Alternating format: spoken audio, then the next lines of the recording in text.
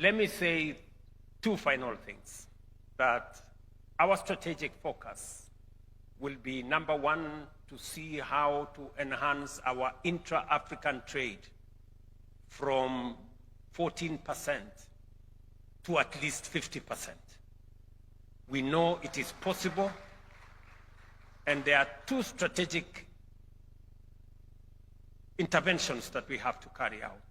See how to eliminate visa restrictions that impede movement of people, delay movement of ideas, and undermine movement of talent.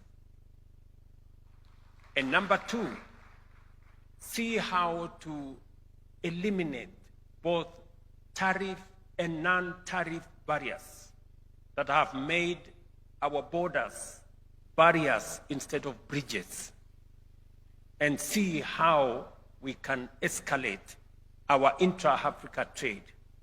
Our competitors, our collaborators, other regions are speaking in 60%, 70% of intra-regional trade. We are at 14%. Number two, we must stop being exporters of raw materials. Africa must process, we must value add all the agricultural products, all the natural resources we have, and all the products that we produce in this continent. By processing and adding value, we not only create jobs, we create value, we create wealth, and that way we keep most of that wealth in our continent and make meaning of the markets that we have negotiated in Europe, in America, and in our continent specifically. As the world becomes much more difficult, it is our responsibility to create market here in Africa. And that market of 1.4 billion people is what we need to unlock through intra-Africa trade. If we can enhance trade from 14% to 50%, we will triple the market available for African goods and services. And finally, let me say that we must believe in ourselves. Even as we seek to reform the international financial architecture, even as we seek to have greater voice in IMF and World Bank, we must equally believe in ourselves and build African institutions. I said earlier, Trade and Development Bank is a product of COMESA. This is the bank we started as COMESA.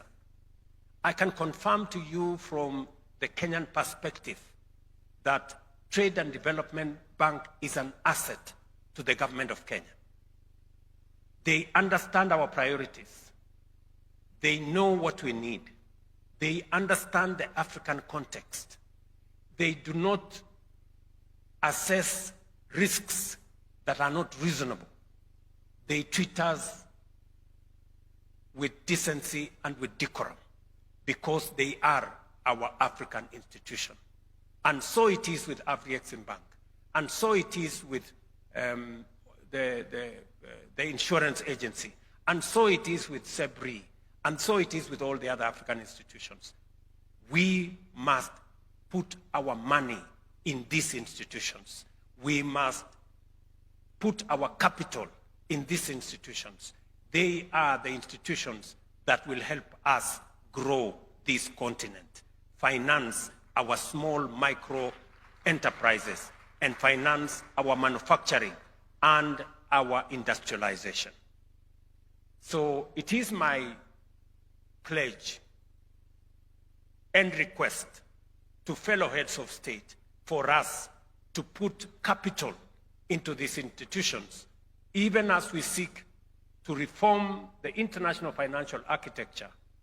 The African financial institutions need us to invest in them, believe in them, and give them the status they need so that they can serve our continent. Finally,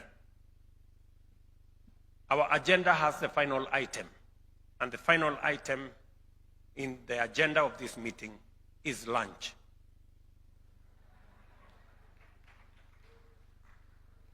And lunch is exciting, it is important, but it is also mandatory. For those of you who may be tempted to skip lunch and rush to the airport, let me tell you, the airport will only be open after lunch.